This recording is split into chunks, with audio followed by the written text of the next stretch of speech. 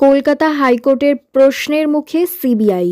আরজি করে চিকিৎসক পড়ুয়াকে ধর্ষণ এবং খুনের ঘটনায় সিবিআইকে তদন্তের নির্দেশ দেওয়া হয়েছিল বহুদিন আগে। সোমবার এই মামলার শুনানিতে সেই তদন্ত সম্পর্কে বিস্তারিত জানতে চায় বিচারক তীর্থঙ্কর ঘোষ। আগামী শুক্রবার ফের শুনানি হবে বেলা 3:30। বিচারপতি ঘোষের নির্দেশ, পরবর্তী শুনানিতে তদন্ত কোন পর্যায়ে আছে সেই রিপোর্ট এবং কেস ডায়েরি পেশ করতে হবে সিবিআইকে।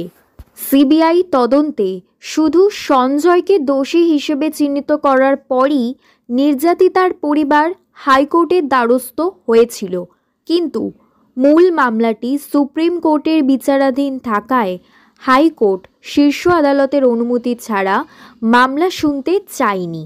সম্প্রতি সেই অনুমতি শীর্ষ আদালত দিয়েছে। তারপর ফের এই মামলাটি হাইকোর্টে ওঠে।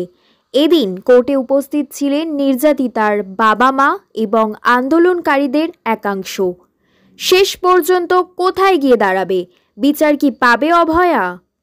বিনোদনমূলক সমস্ত খবর সবার আগে জানতে হলে সাবস্ক্রাইব এবং লাইক করুন আমাদের চ্যানেলকে।